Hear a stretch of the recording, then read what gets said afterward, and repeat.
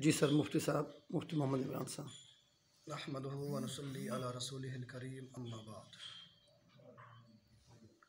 सारी बात तो साहिबज़ादा मुफ्ती शहर हज़रत मौलाना अबरार अहमद साहब बुगवी हाफिज़हुल्लाह ने फरमा दी है।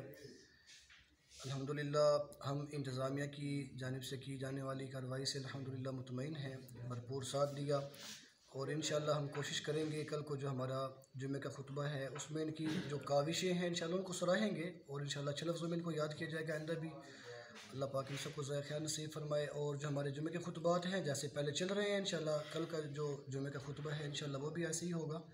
बाकी ये है कि जहाँ हम बाकी सब मुसलमान भाइयों को दुआओं में याद रखते हैं, इंशाअल्लाह इनको भी दुआओं में याद रखेंगे। अल्लाह पाक हम सब से राज़ी हो, अल्लाह के महबूब हमसे राज़ी हो।